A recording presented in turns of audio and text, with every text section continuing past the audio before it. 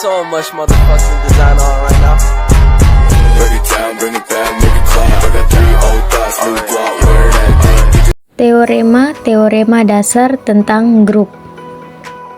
Teorema 5.1. Jika G sebuah grup dengan operasi biner bintang dan jika A dan B termuat dalam G, maka persamaan linear A kali X sama dengan B dan Y kali A sama dengan B mempunyai penyelesaian yang unik atau tunggal dalam G.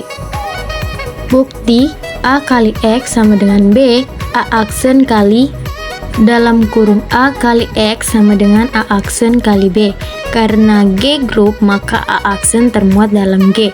Dalam kurung A aksen kali A kali X sama dengan A aksen kali B.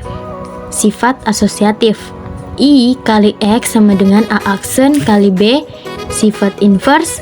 X sama dengan A aksen kali B. Dengan cara yang sama diperoleh Y sama dengan A aksen kali B mempunyai penyelesaian yang tunggal. Teorema 5.2.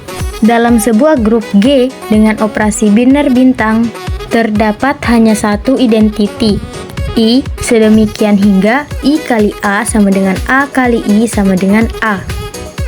Bukti, andaikan selain I ada identiti yang lain, misalkan E, maka A kali I sama dengan A kali E. A aksen kali dalam kurung A kali I sama dengan A aksen kali dalam kurung A kali E. Dalam kurung A aksen kali A kali I sama dengan dalam kurung A aksen kali A kali E. I kali I sama dengan I kali E.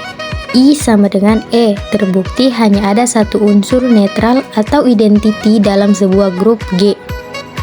Teorema 5.3. Untuk setiap unsur dalam sebuah grup G dengan operasi biner bintang mempunyai hanya satu inverse dalam G.